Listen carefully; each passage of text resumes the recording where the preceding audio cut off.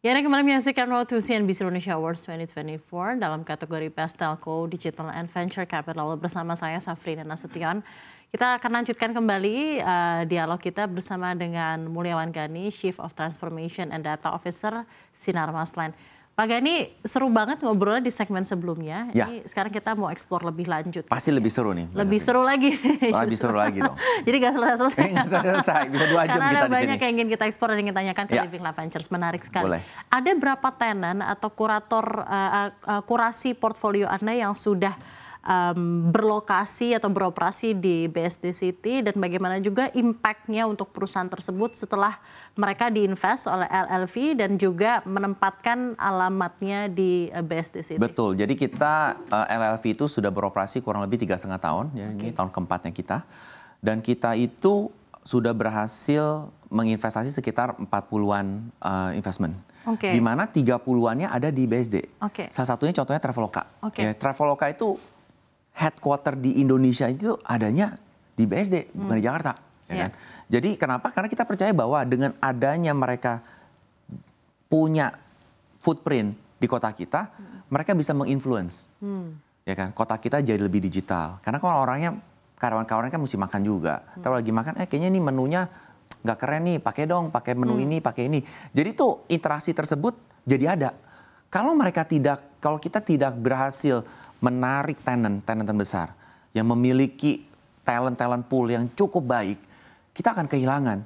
Jadi makanya kenapa kita selalu menganjurkan investor kita untuk punya footprint. Apakah mereka buka mulai dari kios kecil, dan kita punya salah satu investment kita namanya Imagine, itu dari kecil kios, Mbak. Sekarang 1.000 meter. Kantornya ada walking space. Berapa tahun itu? Itu dalam sampai growth sekitar 6 tahun. Oke. Jadi kita selalu berpartner long term. Kita bukan typical venture capital yang ngelihat invest nggak berhasil cabut. Kita nggak. Tadi Anda juga bilang industri agnostik kan? Berarti kan sebenarnya seluruh industri Anda bisa jawab. Bisa, selama menjawab pertanyaan, tantangan bagaimana membuat kota yang mandiri, yang sehat, dan yang bersih, dan segala macam kan. Tapi industrinya berarti ada beberapa industri yang memang lebih terkonsentrated ke industri disebutkan, walaupun Anda bilang agnostik. Pasti, kira-kira industri pasti. apa? Apakah Yang retail, kita, F&B? industri-industri yang kita lakukan tuh kebanyakan di digital. Karena kita kan smart city, kita kota pintar nih. BSD itu kota pintar. Jadi kita mau memposisikan diri kita, suatu kita menarik tenant-tenant baru, startup baru, pasti mereka ada digital play-nya. Soalnya kalau nggak ada digital play, sangat konvensional gitu ya. Jadi kita memang, meskipun kita agnostik, tapi selalu ada digital play. Suatu kita membawa mereka ke dalam ekosistem kita. Karena menurut saya, itu yang dibutuhkan supaya kita bisa 8% growth dari mimpinya Pak Prabowo kan. Jadi dari situ kita selalu kawal bagaimana kita bisa menjadi model city, supaya kota-kota lain bisa ngikuti model kita juga. Sebenarnya ada kemungkinan itu juga kan, bukan cuman BSD aja. Bisa aja ada satellite city di mana-mana yang bukan di kota-kota besar bisa mengadopsi caranya kita bekerja gitu. Oke. Saya juga ingin tanya bentuk-bentuk kolaborasi apa yang terjalin. Mereka kan berarti memiliki alamat yang dekat satu sama lain. Betul, betul banget, betul banget. Dengan alamat mereka yang semua dilokasikan di BSD City. Jadi mereka sebenarnya sangat-sangat eager to collaborate dan sangat dimudahkan dengan lokasi mereka yang dekat satu sama lain. Nah, ada tidak kolaborasi yang sudah terjalin antara banyak banget. Kita di BSD itu kita bikin event di mana kita mengajak pelaku-pelaku startup kita, apakah itu foundernya, apakah itu karyawannya, untuk ngikut event-event kita. Kemarin kita baru ada nih DNA Masterclass misalnya, DNA event, Digital Next Action ya, Digital Next Action. Karena menurut kita supaya digitalisasi itu terjadi, kita perlu mengkurasi, kita perlu mengumpulkan mereka di suatu tempat. Kantornya sih udah di satu tempat, jadi gedung-gedung kita kan kayak di gedung office. Ini seperti festival gitu DNA ini atau seperti? Tapi banyak pengetahuannya, banyak informasinya, ya kan? Di mana mereka bisa saling nanya, saling kolaborasi, saling kerjasama. Kita di BSD itu gitu ya? Kayak conference, mini conference ya. Karena kan kebetulan kita juga ada ICE kan, kita punya convention center terbesar di Indonesia. Tapi kita juga banyak tempat-tempat lain di mana kita bisa meng-curate event-event 300-400 orang, itu sering banget. Sering banget. Kita mungkin tahun lalu, tahun ini mungkin sekitar 20-an event yang kita lakukan, di mana kita memancing teman-teman ini bisa terinspirasi dengan cerita temannya. Karena kan kita selalu bilang, kalau kita ngelihat digital hub di kota-kota lain, semua begitu loh Mbak. Jadi ada universitasnya, ada startupnya, ada MNC-nya, ada prinsipalnya, mereka semua di sana. Dan banyak yang bilang, wah berarti talent saya bakal dibajak-bajak nih. Iya, iya. Sebenarnya itu sangat miopik karena adanya ekosistem itu membuat talent pool ini jadi healthy. Betul. Kita selalu bilang, orang pindah mikir pekarangan sebelah jauh lebih hijau ya, kita pindah. Menurut saya itu nggak jadi isu. Karena apa? Yeah. Karena mereka akan punya pengalaman yang berbeda-beda, memberikan value yang berbeda-beda. Yeah. Tapi yang kita mau adalah, yuk di sini ya, jangan ke Jakarta dong, di sini aja. Kita ada semuanya di sini. Yeah, yeah. Jadi itu yang gimana caranya membuat talent pool di BSD City itu saking robustnya, mereka nggak mau pindah. Mereka mau beli rumah, mau tinggal di sono.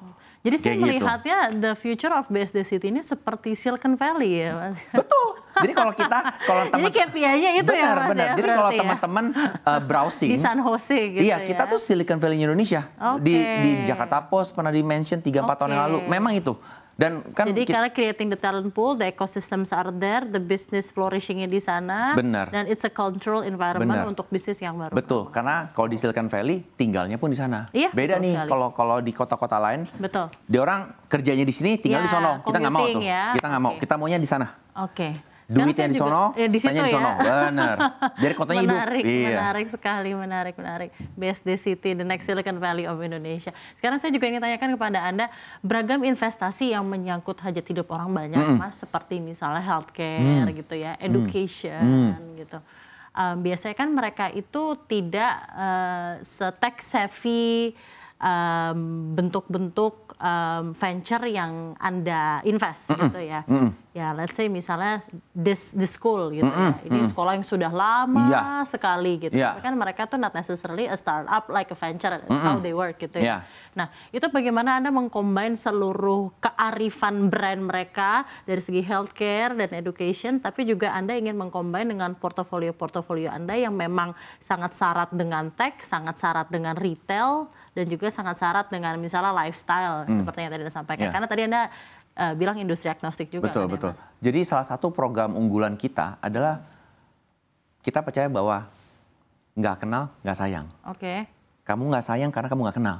Jadi salah satu, kan kini kita bicara 500.000 orang, 6.000 hektar di BSD. Itu cukup besar. Kita benar-benar percaya bahwa kita bisa jadi katalis supaya hubungan itu, relasi itu terjadi. Jadi kita do introduction, a lot of introduction. Kalau ada startup masuk, kita selalu introduce, yuk mau bikinnya apa? Kita introduce yuk ke existing partner. Sama, kalau kita punya bisnis-bisnis yang mungkin sangat konvensional, kita bilang, bisa lu pakai ini, kita kenalin yuk. Kenapa? Kenapa Tokopedia itu bisa sukses dulunya? Karena ada seorang yang nanggung resikonya nih. Ada supplier, ada buyer. Tapi kalau satu default, nggak ada clearing house-nya. Tokopedia datang sebagai penengah. Itu yang kita lakukan. Di Sinarmasland itu, di Living Life Ventures, dan di unit-unit kita yang lain, kita adalah penengahnya. Kita absorb resiko bagi tenant kita. Karena kalau pertama kali kenal kan, ini bener nggak sih, barangnya bagus nggak sih? Saya yang takut loh. Nah, kita masuk ke sana untuk bilang, kalau ini udah di ACC sama Sinarmasland, lumayan lah harusnya ya, boleh dicoba. Nah itu, karena kalau kita nggak kayak begitu, susah sekali. Hubungan itu kan perlu dimulai dengan sesuatu. Dan kita willing untuk invest waktu kita, apakah dalam bentuk waktu, dalam bentuk pendanaan, supaya apa? Startup-startup ini punya kredibilitas untuk beroperasi di kota kita, supaya dia bisa coba banyak hal. Karena itu, kalau kita nggak lakukan itu, susah sekali. Bisa dibayangin mereka mau gimana ketemunya. Bikin appointment, ditolak, nggak kenal. Tapi di tempat kita bikin bisnis matching. Kita kenalin, ini si ini, ya kalian ngobrol lah. Kita mungkin nggak dapat apa-apa. Tapi yang kita dapat adalah ekonomi aktivitas di kota kita jadi sehat. Karena mereka bisa berinteraksi. Kalau mesti saya sama Mbak Vina dikit-dikit begini, susah. Tapi kalau Mbak Safrina bisa langsung, one to one, direct, kan jadi cepet. Nggak perlu lewat saya lagi. Pertamanya saya kenalin, tapi apa terlihat kan TikToknya langsung. Itu yang kita mau. Supaya apa? Many to many. Jangan one to one. Capek Mbak. One to one. Kalau many to many, cepet. Dan dengan many to many, dia bawa temannya lagi kan. Bawa temannya lagi. Jadi the whole ekosistem. Jadi kita mulai dengan ekosistem yang lebih kecil, dengan nambah startup-startup ini, ekosistem kita makin gede. Nah, semakin gede ini akan membuat reputasi mereka juga naik. Dengan reputasi yang mereka naik, meskipun mereka startup, tapi kalau reputasinya top notch, semua orang mau bisnis dengan mereka. Jadi itu, kita menggunakan posisi kita sebagai suatu katalis dari digital transformasi di Kota BSD. Kita apakah dengan adanya tenan-tenan ini juga merubah culture dari penduduk di BSD City untuk ya melakukan transaksi ekonomi gitu ya. Betul. Kalau misalnya semua tenan yang ada di BSD City itu dikurasikan oleh Living Lab Ventures, ya tidak mungkin juga ya penduduk di BSD City lebih tech savvy dan secara ekonomi lebih digitize gitu ya dibandingkan kita ada satu data nih kalau saya bisa ungkap. Kita melihat bahwa yang beli rumah kita lama-lama makin muda. Dulu yang tipikal 10 tahun yang lalu yang beli rumah kita mungkin umurnya hampir 40-an. Sekarang mereka umur 30-an. Sorry, BSD itu berapa hektar, Mas? 6.000 hektar. 6.000 hektar ya. Seper 10 semua Singapura. Sudah fully developed? Belum, kita masih ada 2.000 hektar lagi yang kita belum develop. Jadi development kita masih panjang, 45 tahun dari sekarang. Tapi dengan kita makin lama makin muda, otomatis mereka demand hal-hal yang muda. Betul. Contohnya nih, kalau kalian komplain ke customer service kita itu 24 jam loh. Iya. Komplainnya bisa lewat WhatsApp, lewat email, multi channel. Itu nggak ada lagi yang datang mau ngantri ketemu customer service agent, itu udah jarang. Semuanya maunya digital. Kita lakukan itu. Kenapa? Kita lihat nih, shifting nih. Ya kan? Oh, ada orang yang mau di outbound, ada orang mau di Uber. Nih, ngirim dokumen nggak mau ngambil, maunya minta dikirim. Jadi kita bikinin locker box yang kayak di film-film, di mana ada nomornya kalian bisa buka sendiri misalnya. Jadi hal itu kita sudah pernah coba sebelumnya. Kenapa? Karena kita tahu konsumen kita jauh lebih muda, lebih savvy dalam penggunaan teknologi.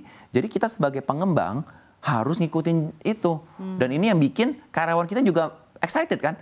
Dulu kan mereka nggak pernah nih kerja bikin aplikasi segala macam. Kita di Sinarmas kita bikin aplikasi, bagaimana produktivitas itu bisa ditingkatkan. Karena apa? Karena konsumen kita demand itu. Jadi kita harus ketemu demand itu. Ya. Dengan seluruh success stories yang ada dan capaian-capaian yang luar biasa di Living Lab Ventures, Anda melihat kalau dari segi tantangan dan challenge-nya justru apa untuk Living Lab Ventures ini? Dan kira-kira sedikit kisi-kisi evaluasi dari seluruh portfolio Anda di 2024 ini untuk Living Lab. Silakan. Boleh. Jadi kalau di Living Lab Ventures itu kan udah pasti tantangannya adalah how do we stay relevant? Growing big, itu konsekuensinya. Ya. Tapi gimana caranya kita stay relevant? Jangan sampai kita menjadi suatu corporate venture capital yang besar, namun tidak memberikan dampak.